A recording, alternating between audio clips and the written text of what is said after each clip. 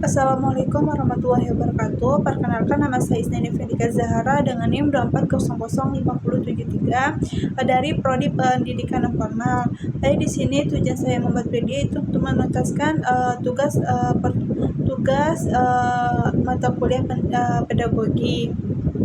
Di sini saya akan menjelaskan tentang alat-alat pendidikan dan penerapannya dalam proses pembelajaran.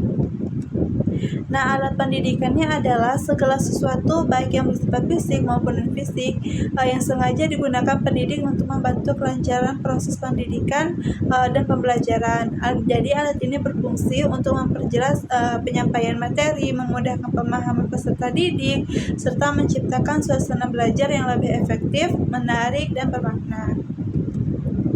Nah, ini ada jenis-jenis alat pendidikan, di mana yang pertama itu ada alat pendidikan material, yaitu bersifat fisik, merupakan alat yang dapat dilihat, disentuh, dan digunakan secara langsung dalam proses pembelajaran.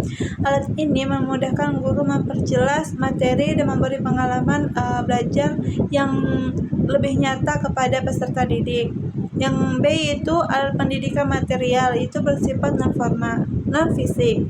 Itu merupakan alat yang tidak berbentuk benda, tetapi berupa aturan, metode, keteladanan, motivasi, dan unsur psikologis lainnya. Alat ini berfungsi untuk mengatur perilaku peserta didik, membangun karakter, dan serta menciptakan interaksi pendidikan yang lebih baik. Contohnya itu kayak buku teks dan modul. Buku dan modul ini menjadi sumber utama dalam memberikan informasi yang terstruktur melalui buku. Jadi peserta didik itu dapat mempelajari materi secara sistematis dan melakukan pembelajaran mandiri di luar kelas.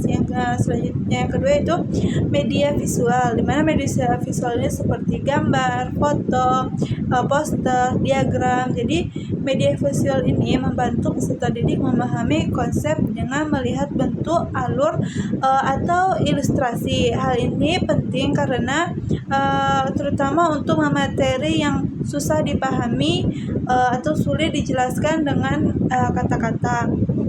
Selanjutnya yang ketiga, media audio dan audiovisual seperti rekaman suara, video pembelajaran, di mana video dan audio ini dapat meningkatkan perhatian dan motivasi peserta didik. Media audiovisual ini memberikan pengalaman belajar yang lebih lengkap karena memandukan suara, gambar, serta narasi. Yang ketiga itu penerapan alat material dalam pendidikan. Jadi memperjelas materi yang bersifat abstrak melalui gambar, video, atau benda nyata. Terus memberikan kesempatan bagi peserta didik untuk belajar melalui pengalaman langsung sehingga mereka lebih memahami konsepnya. Terus membantu guru menarik perhatian peserta didik agar fokus dan bermotivasi dalam mengikuti pembelajaran. Terus menyediakan variasi pembelajaran sehingga suasana kelas tidak hanya menonton saja. Memungkinkan pembelajaran dari jarak jauh atau pembelajaran digital dengan menggunakan laptop, aplikasi pembelajaran, dan materi multimedia. Jadi penggunaan alat material ini yang tepat dapat meningkatkan kualitas pembelajaran yang membuat interaksi di kelas itu lebih hidup. Alat pendidikan itu adalah segala sesuatu baik yang bersifat fisik maupun non fisik. Jadi yang sengaja digunakan pendidik itu untuk membantu kelancaran proses pendidikan dan pembelajaran. Alat ini berfungsi untuk memperjelas penyampaian materi, memudahkan pemahaman peserta didik, serta menciptakan suasana belajar yang lebih efektif, menarik, dan bermakna.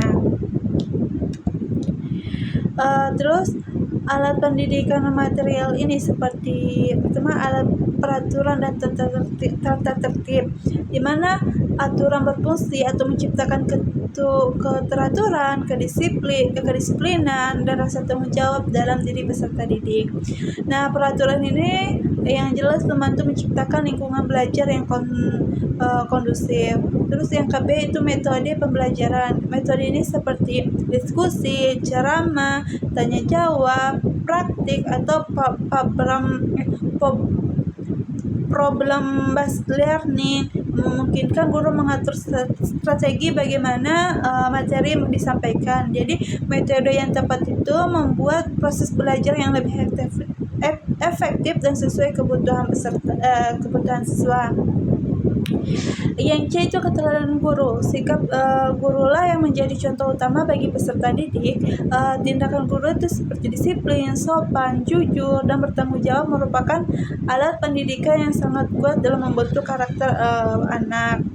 Yang D itu motivasi dan penguatan. Motivasi ini diberikan untuk mendorong peserta didik agar semangat belajar, percaya diri, tidak mudah menyerah. Penguatan ini berupa pengujian, penghargaan, maupun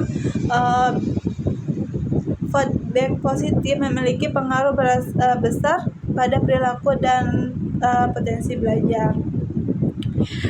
Terus yang terakhir itu yang E itu sanksi edukatif. Sanksi digunakan bukan untuk menghukum, tetapi sebagai alat mendidik agar peserta itu memahami konsekuensi dari tingkah laku yang tidak sesuai. Sanksi yang tepat dapat membentuk kedisiplinan dan moral siswa.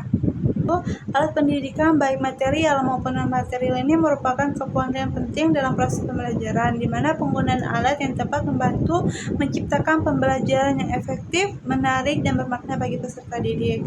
Nah, guru memiliki peran besar dalam memilih, menerapkan, dan mengkombinasikan berbagai alat pendidikan agar tujuan pendidikan dapat tercapai serta optimal. Mungkin hanya itu materi yang dapat saya sampaikan. Assalamualaikum warahmatullahi wabarakatuh.